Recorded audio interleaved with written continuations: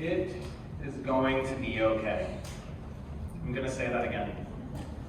It's going to be okay. I know that it doesn't feel like it sometimes. And I know that it doesn't even seem like it most times. But it is going to be okay. 1 year ago today, I was back in my home state of Kentucky to go to, of all things, a soccer game. A really silly reason to fly all the way across the country for just a couple days, but I really needed a break, and it was going to be a really good game, so I was there. After that game, I sat in my parents' basement getting ready to fly home the very next day when I got a phone call that a very good friend of mine, Lauren, the wife of one of my best friends, the best man in my wedding, was in a car accident and she didn't make it. So 1 year ago tomorrow, a beautiful, loving wife, mother of 3 young boys, ages 11 to 1.5, died in a car accident on the back roads of Kentucky. And I would love to stand up here and talk about all the ways that her community came around her family and lifted them up and supported them through their darkest moments. And all of the seeming coincidences that we can look back now and see as works of the Spirit that provided them with a hope, just enough hope to get up the next day and keep going.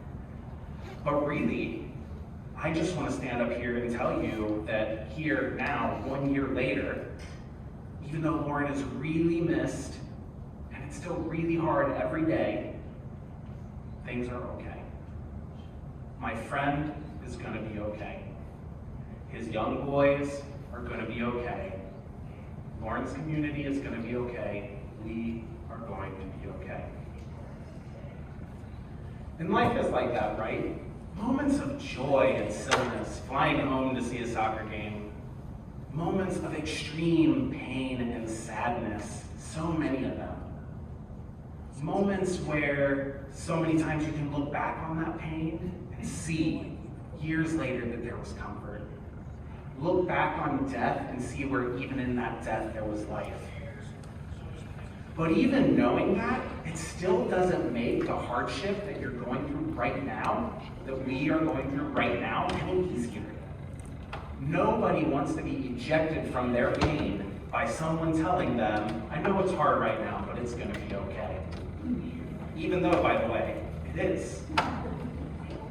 Sometimes it takes going through the pain, barely making it through your exhaustion, coming out the other side, and then looking back to see it is indeed okay. There's an important thing that we have to know about our gospel story today that Liz read, where Jesus tells his followers, standing in this temple that is, the site of their religion, that temple is going to be destroyed. And then, don't worry, not just the temple, but all other manner of bad things, terrible things are going to happen to you. But fear not, because it's going to be okay. That Gospel of Luke was written pretty well after the year 70 CE, which is the year that exact temple that Jesus is referencing was actually destroyed. The insurrection against Rome, and I use that word intentionally because that's one of the things Jesus says is going to happen, started in 66. And then 4 years later, in 70, the temple was absolutely obliterated. So the first people to read this story, the people that the author of Luke was writing to, would have been reading this and looking back and actually seeing not only did the Messiah, the person who was supposed to deliver them, get crucified by the state, but then that temple was destroyed, and there was war, and there was famine, and there was oppression.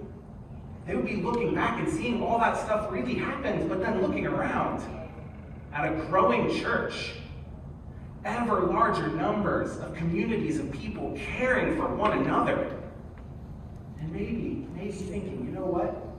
We are going to be okay. As created beings, we are going to die. Death is part of the deal, and we know that. But that doesn't change the fact that those things hurt like crazy. It doesn't change the questioning when another senseless act of violence happens. Or it doesn't change the wonder, why does this happen when another natural disaster destroys another city? It doesn't change the pain that we have when our hearts are shattered because two beloved members of our community are taken from us. We will no longer get to embrace them. But I believe, and I have to believe, that like the audience of Luke, that Luke is writing to, we might look back years later and see, even though all this bad stuff is happening around us, even though really hard things are happening right now, even though we have witnessed mothers and children dying, fathers and grandfathers being taken from us sooner than we want, that nevertheless, we are going to be okay. I really believe we are going to be okay. Or at least maybe if I say it enough, I'll start to believe it. We are going to be okay. Can you believe that it's November? It is almost Advent. It is almost 2023. And you know what? We need 2023. Because I don't know if it's going to be any better. I mean, if you look at 2021, and we can't wait for 2022 because of all the bad things in 2021, and see how that turned out. But we can believe it's going to be better. In 2022, we had Russia invade Ukraine. We had children at Robb Elementary slaughtered while police waited outside because they were unsure of what to do. Shoppers in Buffalo gunned down for no apparent reason. Hurricane Fiona devastating Puerto Rico and other countries. Hurricane Ian crushing the coast of Florida. Countless wildfires in California. I went to look up the names of some so I could put them in here, and I thought, I'll just say wildfires. And those are just the really big things, right? We also had Omicron. Remember Omicron? It surged just when we thought Delta. Remember Delta? Just when we thought Delta, we had it licked. We had Omicron. We have our political system crumbling before us. We can see it happening as people on all sides argue about the state of democracy and human rights and the direction of our country. We have friends, loved ones that we've lost, some to sickness or tragedy and some to the natural course of life, but all to the effect of our hearts breaking to no longer be able to see them smile at us. So, I mean, sometimes I don't know, is it going to be okay? Are we going to be okay? It is really difficult to look around and to say those words and actually believe it. So where is the hope? Where do we even go from here? In Isaiah that we heard today, we hear Isaiah says that God proclaims, "For I am about to create new heavens and a new earth." New, that sounds lovely. "Be glad and rejoice forever in what I am creating." I don't know about you, but I know in my bones that God brings life out of death, newness out of old. But some mornings I still struggle to be glad and rejoice because it's so hard to see. Then we sung a beautiful canticle, and the canticle tells us, "Praise the Lord who has done great things." And I know that that's true. But man, I could really use with some more great things and a few less of all the other things right now. So lifting my voice and singing sometimes feels just out of the question. Then in the gospel, Jesus tells us, don't be terrified. Bad things are going to happen, but fear not. Those things will just give you a chance to testify. Now testify. I might not be able to rejoice or sing out with joy right now, but testify, that might be something that I can find in my heart to do. And I say my heart on purpose because the translation that we heard Liz say actually translates that Jesus tells us when we testify to not make our minds to prepare our defenses in advance. But the word that is translated as minds in the translation that we have in the Greek is actually cardia. Can you guess what that actually translates to? Heart. So there are reasons why the translation is different. When the King James Version came out, it was heart, and it was heart for a while, and they changed it to minds. I don't need to get into why, but what I think I want to say is what's clear to me is that one way we can look at this reading is that Jesus is saying, before we testify, before we go give our testimony of why we can remain Christians, why we can hold on to hope, when the whole world is telling us that that's ridiculous right now, that we can set our hearts toward him, and he will give us what we need to persist. I know for me, many times, my mind cannot see a way forward. If I get stuck in my head, I can't find the hope in the midst of sadness. I can't see any of that, so I need my heart to do the thinking. So in my heart, even when my mind is saying it doesn't make sense, I am choosing to believe that it is going to be okay. When Lauren died, she and her husband had concert tickets to go see one of their favorite artists just a few days later. Lauren Daigle in concert right in their home state of Kentucky, right near those back roads where she died, with a big group of friends. During the scheduled time of that concert, one of those friends texted her husband a video because she had chosen to go to the concert. It was a video of the concert of that artist, Lauren Daigle, debuting a brand new song. You're gonna be okay. You're gonna be okay.